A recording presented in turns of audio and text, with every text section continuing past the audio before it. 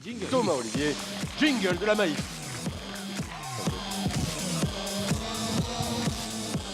Alors, bonjour tout le monde. Donc, je disais à Christophe en aparté, ça me fait quelque chose en fait d'être sur une scène comme ça en Alsace. La dernière fois, c'était effectivement il y a 10 ans, au moment du centre régional de veille stratégique. On faisait des forums de veille au Tanzmatten à Sélestat.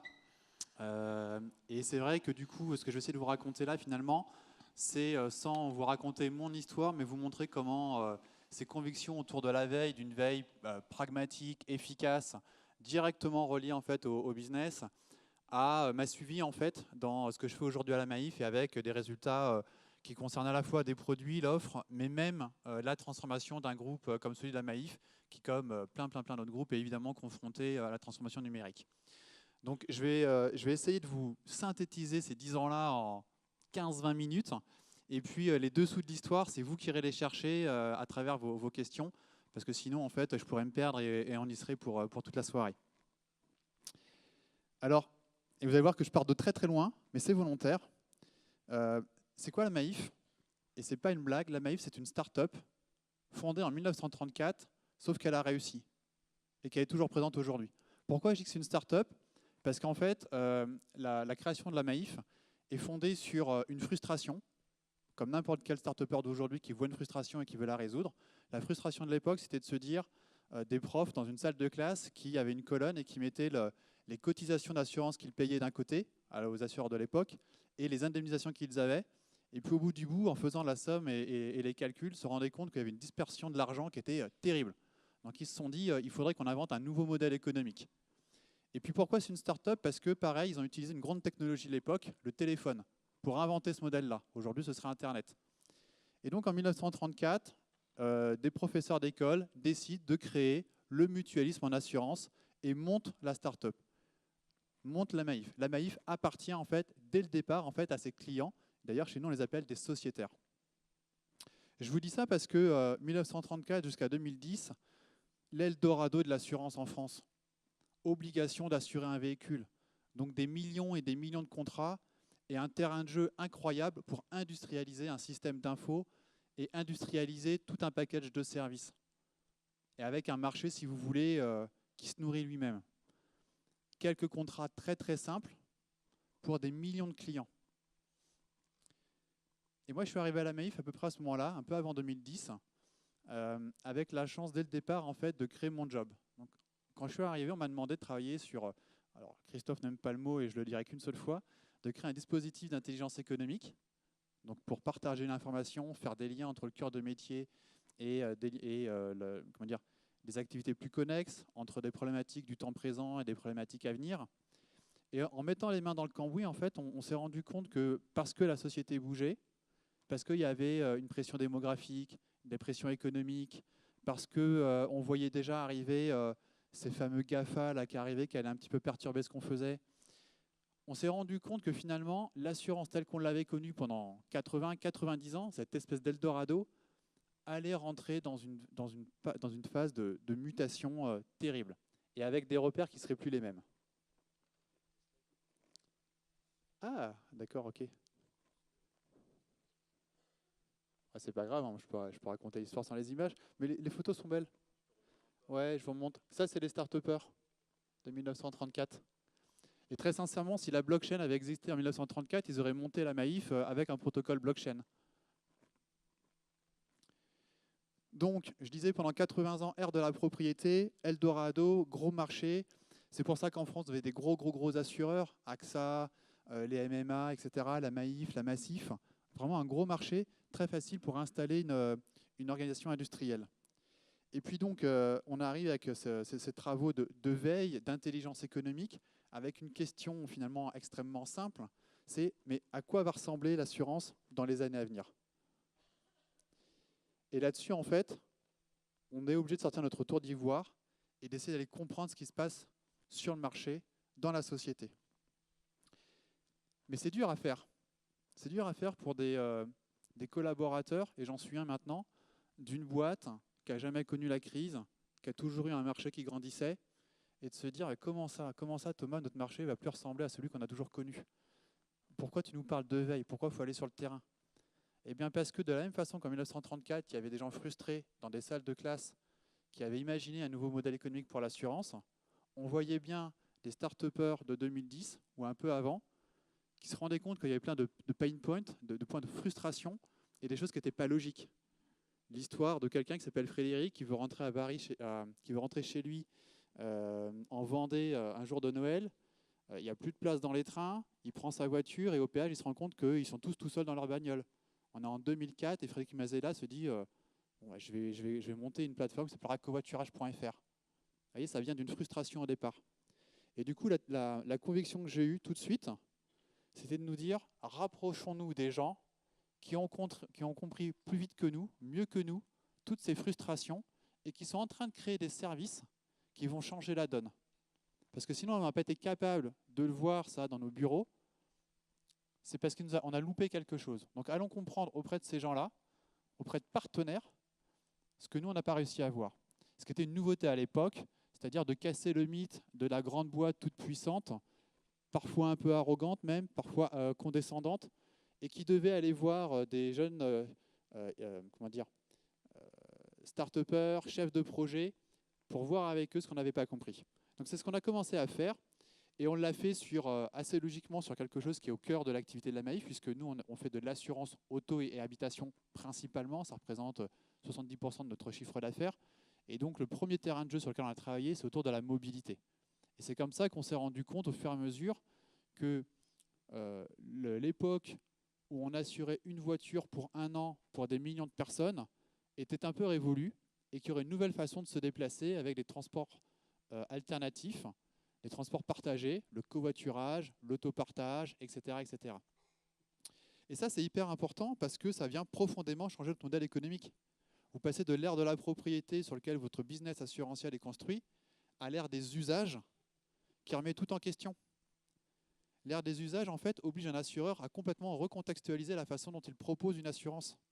Quand vous vous déplacez, vous ne commencez pas par choisir votre assureur, vous commencez par choisir votre mode de déplacement.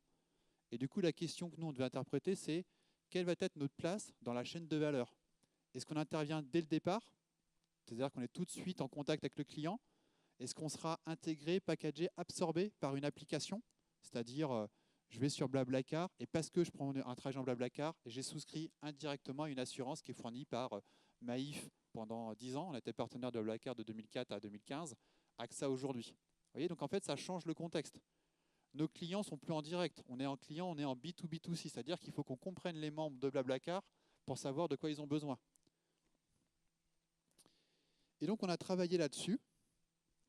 On a regardé comment tout ça marchait. Et puis au fur et à mesure, en fait, on a élargi nos domaines d'application et nos terrains de recherche.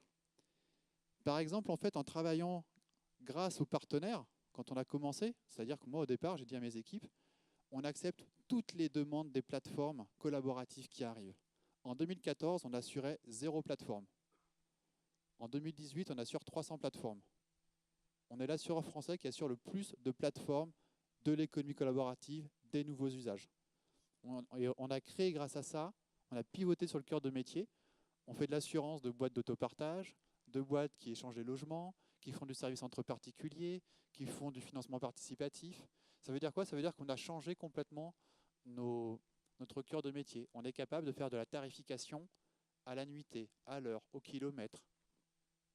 Pourquoi ça c'est important? Parce qu'on a commencé à travailler avec des startups.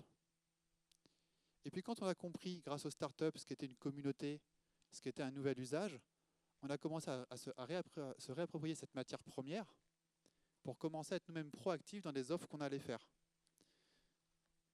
Alors, on a eu le débat, on avait le débat hier soir. Moi, je suis de ceux à la Maïf qui dit que 3 millions de clients, 3 millions de sociétaires, de foyers, ok, ils sont hyper fidèles, on a un Net Promoter Score de plus de 90%, ça fait 15 ans qu'on a le prix le numéro 1 de la relation client, mais ce n'est pas pour ça que ces 3 millions forment une communauté. Par contre, à l'intérieur de ces 3 millions de clients, il y a peut-être des passionnés de véhicules électriques et qui vont bichonner leur voiture. Donc on les a écoutés, on les a identifiés et on a créé pour eux une assurance collaborative. Donc on propose à des sociétaires de se regrouper par petites grappes, de s'assurer entre eux. Comme ils s'assurent entre eux, en fait, ils vont être tous hyper vigilants à leur niveau de sinistralité, ils vont s'encourager, ils vont faire gaffe, ils vont choisir ensemble le niveau de garantie.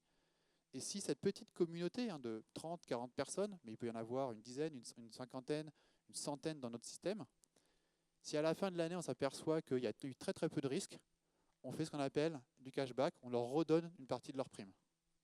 Et donc en fait, on réinvente en 2010, grâce à ce qu'on a appris de cette veille un peu de terrain, ce que les fondateurs de la Maïf en 1934 voulaient mettre en place. Et c'est du coup hyper intéressant de voir qu'il y a une forme de permanence des idées et des modèles, finalement quasiment un siècle après. Donc ça, c'est sur la force des communautés qu'on exploite, qu'on regarde. Et puis il y a, à côté de ça, j'allais dire, l'hypersegmentation. Et ça, du coup, ça nous pose un gros problème pour nous. Nous, on est une assurance mutualiste. Le mutualisme, c'est pas que des valeurs, c'est aussi un modèle économique. C'est des valeurs incarnées dans un modèle économique. Ça veut dire qu'en fait, on ne va pas faire d'hyper-personnalisation de la tarification. Je ne vais pas rentrer plus dans les détails, mais ça a son importance au moment où, à côté des nouveaux usages qui arrivent, on a aussi des gens et des clients qui se disent « mais moi, je veux tel niveau de franchise, je ne veux pas payer le week-end, je veux commencer en fait à avoir une assurance qui me ressemble vraiment, qui ressemble en fait à mon contexte de vie et à mes habitudes. » Donc là aussi, on a essayé d'utiliser ce qu'on avait appris de nos partenaires, sur le plan de la technologie par exemple, et on est allé proposer des innovations sur le marché. Là, on en a une par exemple qui marche très bien, qui s'appelle 4+2. C'est quoi 4+2 ? Vous allez voir, c'est évident en fait. C'est d'une simplicité crasse. Et on se demande pourquoi on ne l'a pas fait plus tôt. Quand vous avez une voiture et que vous avez une moto, a priori, vous ne pouvez pas conduire les deux en même temps. Et pourtant, on a plein de sociétaires chez nous qui avaient une moto et une voiture en même temps et ils payaient une assurance temps plein à l'année pour leur moto et une assurance temps plein pour leur voiture à l'année. Et bien là, avec l'assurance qu'on a créée, qui colle à ces nouveaux usages et de la technologie qu'on a pu capter chez nos partenaires, quand vous conduisez votre voiture, l'assurance dommage de votre moto est à l'arrêt. Quand vous conduisez votre moto, l'assurance dommage de votre voiture est à l'arrêt. Bilan, vous avez le même niveau de couverture et de sinistralité et vous avez une cotisation sur les deux qui diminue.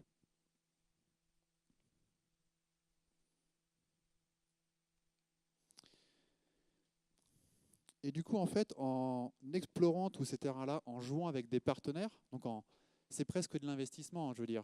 Quand on a lancé notre stratégie entreprise sur l'économie collaborative et les nouveaux usages, et qu'on a décidé d'assurer toutes les startups qui venaient, moi, je me suis pris des levées de boucliers en interne qui étaient terribles. Pourquoi ? Parce que vous avez ce qu'on appelle chez nous une fonction qui est clé, c'est les actuaires. C'est les statisticiens du risque. C'est ceux qui calculent le risque et qui vous mettent un prix derrière. Et quand je suis venu en 2009 avec la première boîte d'autopartage qu'on voulait assurer, ils m'ont demandé « Ok Thomas, tu peux demander à la startup leur historique de sinistralité ?» Je dis bah, « C'est une startup, elle s'est montée il y a 6 mois, il n'y a pas d'historique. C'est quoi la sinistralité d'un kilomètre parcouru ? Ça n'existe pas, on ne l'a pas. » Donc on n'avait pas ces données-là. Donc on a fait de la chimie, on est parti de ce qu'on connaissait pour inventer des modèles, mais c'était de l'investissement. Et donc on a suivi avec ses partenaires la façon dont tout ça se passait, et on a adapté au fur et à mesure nos offres et nos produits. Quand je disais juste sur la diapo, je crois qu'il y a donc veille et innovation égale réflexion par l'action, c'est vraiment cette culture-là qu'on a mis en place. Cette culture un peu de mettre les mains dans le cambouis et apprendre. Et pour que ça réussisse,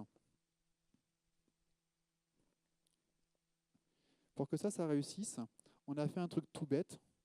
La première chose, ce que fait tout le monde, ce que disait le patron de Walmart dans sa citation-là, la première chose qu'on a à faire, en fait, c'est surveiller, mais faire de la veille ou écouter ses clients. Donc nous, on a fait un truc tout simple. On a fait une enquête 2 ans de suite, en 2012 et 2013, quand on commençait à avoir en fin de compte des convictions. On a interrogé nos clients sur plusieurs usages qui arrivaient, sans parler d'économie collaborative. On a demandé, est-ce que vous faites du covoiturage ? Est-ce que vous avez prêté votre maison ? Avez-vous participé au financement participatif pour l'un de vos amis ? Plein d'usages comme ça nouveaux. Et on s'est rendu compte de quoi ? Que 83% de nos sociétaires utilisaient fréquemment ces nouvelles plateformes et que sur tous les items, tous les usages identifiés, donc une quinzaine sur lesquels on les sondait, le taux d'usage de notre clientèle, de nos clients, était toujours supérieur à la moyenne de l'échantillon. Et du coup, là, on a décidé de passer à la vitesse supérieure, tout simplement parce que on est là pour servir nos clients, pour servir nos sociétaires. On a été créé par nos clients, par nos sociétaires. Donc la moindre des choses, c'est qu'on les accompagne dans leur changement. Et là, j'aime bien, en fait, c'est l'une des 12 valeurs de Blablacar, The member is the boss. C'est exactement ça. C'est-à-dire qu'il faut vraiment qu'on considère non plus le sociétaire comme un client, mais comme un membre, comme un utilisateur final. C'est ça un peu l'idée qu'il y a derrière. Et de l'écouter. L'écouter sur ses besoins, l'écouter sur ses attentes. Vous savez, la petite différence entre le besoin qui est bien exprimé et l'attente qu'il faut deviner. Et puis on verra tout à l'heure qu'on a découvert une troisième notion qui a tout changé dans notre façon à la fois de faire de la veille et d'appliquer ce qu'on apprenait de la veille. Et du coup, 2013-2014, on passe à la vitesse supérieure. On a la conviction que ces pratiques collaboratives vont vraiment changer le monde. Et on se dit comment Maïf, une bonne boîte, mais qui n'a pas non plus la taille d'AXA, qui n'a pas non plus un budget illimité, peut s'y prendre. Alors on a fait une cartographie librement inspirée, je vais le citer quand même parce que je n'avais pas le temps de vous montrer sa diapo, mais il fait vraiment des travaux remarquables, d'un Américain qui s'appelle Jeremy Awayang et qui aux États-Unis en fait a fait ce qu'il appelle un honeycomb en partant en 2013-2014 de quelques ruches, quelques alvéoles simplement au centre et en regardant comment le secteur d'activité du transport, de l'hébergement, des biens étaient transformés par des nouveaux entrants, les fameuses startups. Et puis Jeremy Awayang, tous les ans, il mettait à jour ce honeycomb avec des nouvelles alvéoles qui arrivaient. Et en fait, il prouvait qu'aux États-Unis, tous les pans de l'économie, en B2C, en B2B, la logistique, l'éducation, tout le marché du travail, tout était complètement disrupté, j'allais dire ubérisé, par ces nouveaux entrants. Donc moi, j'ai repris cette matrice, je l'ai appliquée à la France. J'ai fait une veille pure et dure où j'ai regardé toutes les startups françaises qui arrivaient. J'ai montré à mes patrons que le même mouvement arrivait chez nous et qu'il n'y avait pas une seule alvéole qui était vierge d'une startup qui n'était pas en train d'essayer de changer le rapport à la valeur qui était fourni jusque-là par une innovation. Et puis on a priorisé. On a priorisé en bleu des territoires sur lesquels il y avait du potentiel parce que les pratiques étaient déjà émergentes. Et donc là, tout ce qu'on faisait comme veille, innovation, lancement de produits était motivé par un objectif de potentiel, c'est-à-dire un taux, une croissance forte, un chiffre d'affaires à atteindre, etc. On a mis en vert des terrains de jeu sur lesquels on allait complètement revisiter notre propre chaîne de valeur, en se disant on va faire de l'assurance autrement en exploitant ce qu'on va apprendre des partenaires. Et puis en rouge, parce que la Maïf c'est la Maïf, on a mis des territoires de, j'allais dire, expression de la marque pour faire notre narratif, c'est-à-dire quel va être le discours de la Maïf autour de la réputation et de la confiance. Est-ce qu'on va laisser faire un truc à la Black Mirror ou à la sauce chinoise en autorisant que ceux qui auraient telle note réputationnelle d'utiliser tel ou tel service? Est-ce qu'on ne va pas prendre parti plutôt pour dire finalement les données doivent appartenir à leurs utilisateurs? On a fait pareil sur l'éducation et sur ce que j'ai résumé ici autour du post-salariat avec les notions d'État-providence, de protection sociale, etc. Et du coup, vous avez ici en couleur tous les terrains sur lesquels on a mis en place une veille proactive avec des objectifs précis. Et tous les autres qui étaient grisés, on va retrouver la santé, la citoyenneté, on était en veille passive. Et pour que tout ça, ça fonctionne, on a décidé de vraiment créer un énorme écosystème. On a voulu se mettre au cœur de l'écosystème, faire du lien avec les startups qu'on assurait déjà pour aller un peu plus loin, aller voir des grands comptes, des grands corporates, aller voir des hauts lieux de l'innovation en France pour passer des partenariats avec eux. Et c'est à cette époque-là, pour avoir de l'information de première main et de relations de proximité extrêmement fortes, qu'on a créé un fonds d'investissement. On était l'un des premiers assureurs à le faire. Et en 2015, sous l'égide de cette stratégie autour de l'économie collaborative, on a créé Maïf Avenir, qui est un fonds de 250 millions d'euros, qui investit dans des startups de l'économie collaborative, des nouveaux usages, et puis maintenant aussi du digital, de l'innovation. Et grâce en fait à cette prise de risque, quand on accompagne des startups, on est dans les meilleures conditions pour vraiment faire de la veille de qualité, puisqu'on comprend ce qu'il y a même dans la tête du dirigeant et du fondateur. Et je vais vous mettre ici ce qui a vraiment complètement fait basculer notre vision depuis 2 ans et qui explique le mouvement qu'on opère aujourd'hui avec l'équipe. Je vous disais qu'il y avait l'écoute des besoins, l'écoute des attentes, et en fait, il y a aussi maintenant beaucoup la compréhension des aspirations. C'est-à-dire qu'est-ce qui motive le comportement personnel d'un utilisateur final, le fameux boss, le member. Cette pyramide, on ne l'a pas inventée, elle vient de Harvard Business Review, qui en gros explique qu'il y a plusieurs domaines d'éléments de valeur, des éléments très très fonctionnels, c'est-à-dire très fonctionnels, c'est je veux de la simplicité, je veux gagner du temps, je veux gagner de l'argent. On est en bas de la pyramide. Et puis, au fur et à mesure qu'on s'élève, qu'on monte, on va être sur des aspirations qui vont toucher l'émotion, voire tout en haut, qui vont toucher votre impact social personnel. Ce que les Anglais ont appelé là, et moi ça me parle bien, je trouve ça assez intéressant, le self-transcendance. C'est-à-dire comment dans mon comportement de tous les jours, j'ai intégré ce que je voulais être, ce que je voulais devenir dans mon comportement d'achat, etc. Pourquoi je vais aller acheter mon bouquin dans une librairie solidaire plutôt que chez Amazon? Parce que je suis touché par des aspirations de lien social, de cercle vertueux, d'économie locale, sans rentrer dans le débat de dire qu'une aspiration est mieux qu'une autre. Mais c'est ça, en fin de compte, on voit, qui va structurer le comportement d'un utilisateur final.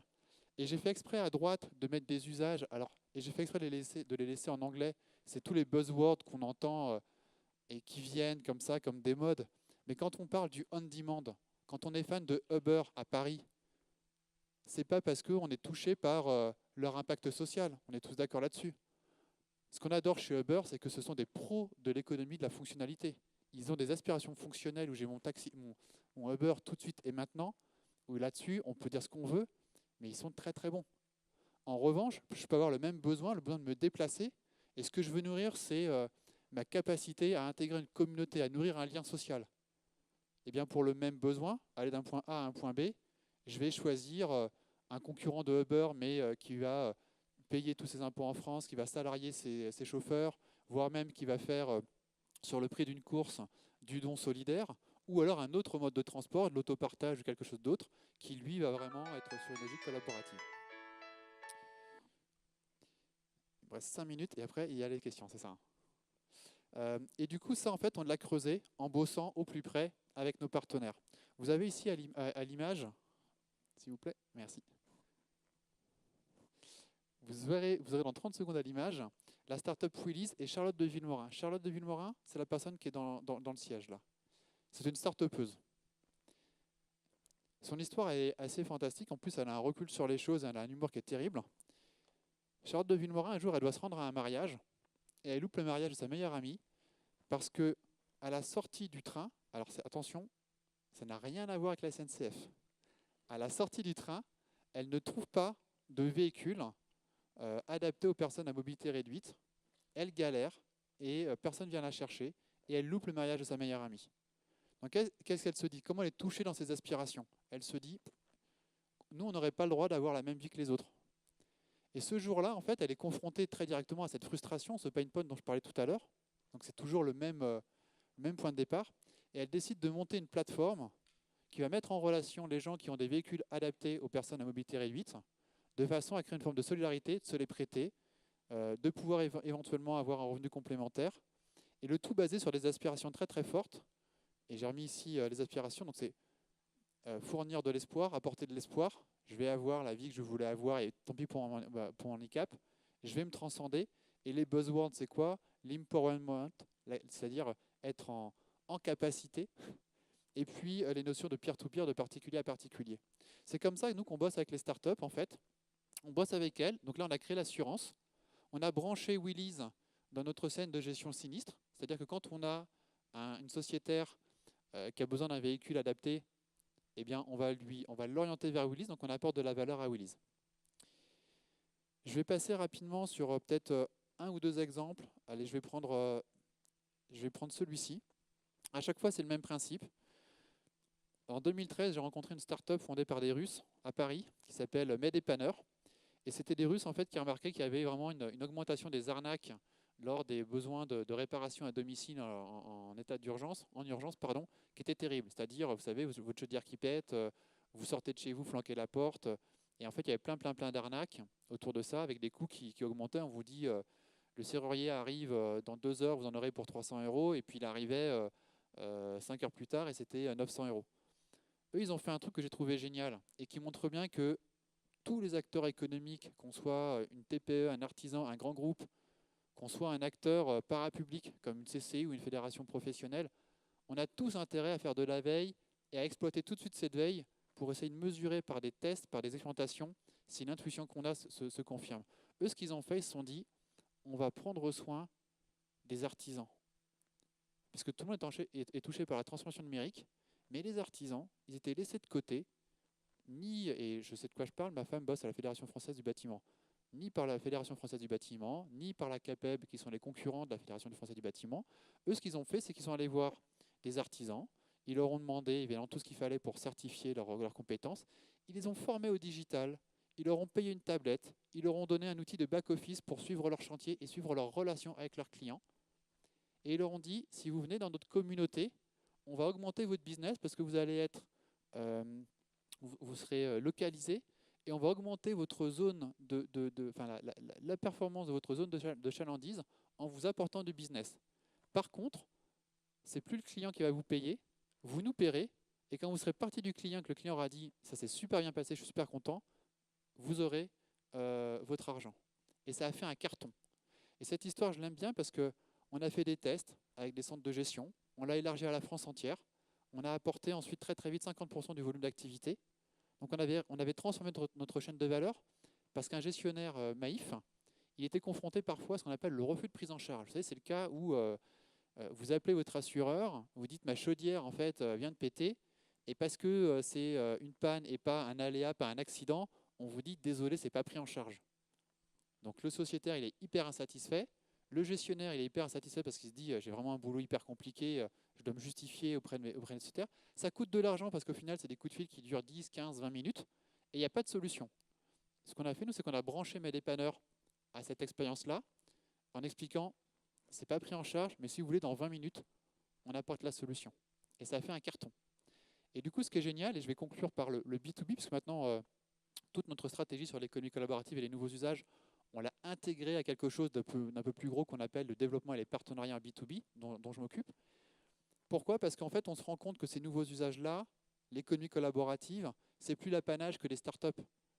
C'est qu'en fait, ça y est, on voit arriver dans plein de secteurs d'activité, PSA qui fait de l'autopartage, Accor qui a vendu tous ses hôtels, qui devient un opérateur de services et qui n'hésite pas à proposer du logement chez l'habitant, etc., etc. Et en fait, nous, on va profiter de la transformation qu'on a vécue pour accompagner maintenant ces grands partenaires parce qu'on sait de quoi on parle maintenant quand on parle des nouveaux usages, parce qu'on y a été confronté. Et l'histoire de Medépanneur, c'est qu'on a revendu la startup Medépanneur au groupe Engie l'an dernier. Et donc maintenant, cette relation de proximité et de confiance très très forte qu'on a eu avec les startups, on est capable de les avoir avec des grands groupes. Et donc forcément, pour co-innover ensemble et mettre en place des nouveaux business et relais de croissance, c'est beaucoup plus simple. Et je terminerai là-dessus. Comment on le fait ? On a 1934, on crée la Maïf au Café des Marronniers. En 2018, avec l'équipe, on a ouvert à Paris le Maïf Startup Club, qui est un dispositif en fait d'hybridation, de métissage des talents, des cultures, avec l'ensemble de l'écosystème qu'on anime, c'est-à-dire des startups, des porteurs de projets, des assos, des coopératives et des grands groupes corporate. Et vous voyez bien ici, hein, j'insiste dessus, c'est startup en 2 mots. Donc l'idée, c'est de faire décoller les projets. Ce n'est pas la startup en tant que personne morale, on est tous start-upers aujourd'hui si on a envie de faire vite décoller notre projet. Voilà pour l'histoire ramassée en quelques instants. Merci Thomas. Merci beaucoup Thomas. Alors il y a des questions qui sont tombées sur Twitter, j'en ai une de Anne Schnepp qui nous dit... C'est la même. Ah c'était la même. Oh, tu l'as vu ? Vas-y, je t'en prie. Vas-y. Bien. Vos sociétaires ne sont-ils pas réticents à répondre au questionnaire d'une compagnie d'assurance ? Quelle a été la voie d'administration de ce fameux questionnaire ? Non, on a une chance qui est incroyable. En fait, la Maïf, c'est un modèle économique qui est complètement à côté des autres acteurs du marché. On a un taux de fidélisation qui est énorme. À la Maïf, il y a moins de 0,3% de taux de départ annuel. Les gens sont attachés à la marque et pour le coup, ce n'est pas du bullshit quand je le dis, ça se voit dans les chiffres. À chaque fois qu'on demande quelque chose à nos sociétaires, ils foncent, ils viennent, on gère des files d'attente. Donc le questionnaire, là, j'ai plus en tête, mais ça a été un carton. Ils y ont tous répondu et avec plaisir. Quand on fait de la co-innovation avec nos sociétaires pour nos produits, voire même pour les produits des sociétaires, on a ouvert des lieux pour ça à Paris. Ils viennent pour aider à créer un projet, à concevoir une nouvelle offre, un nouveau service. Et ça, c'est Et pour le coup, moi, je suis pour rien parce que ça dure depuis des années, hein, donc c'était plutôt les équipes d'avant. Mais dans les forces qu'a la Maïf, il y a cet attachement du sociétariat, probablement lié aussi au modèle de gouvernance, hein, puisqu'ils élisent en fait le conseil d'administration directement. Donc je pense que c'est lié en fait à ce qu'est une mutuelle. Donc non, on n'a pas ce problème-là, pardon. J'étais perturbé par le dessin. Le dessin perturbé. Jean-Paul, tu nous as encore perturbé. Est-ce que vous avez une question? Est-ce qu'il y a une question dans la salle? Par rapport à tout ce modèle-là, c'est d'une limpidité extraordinaire. Je sais que c'était très clair. Oh, En plus, on est un c'était petit hyper peu en retard sur le temps, donc on n'aura plus qu'une question. Désolé. Merci beaucoup, Thomas. On peut Merci encore à toi. l'applaudir.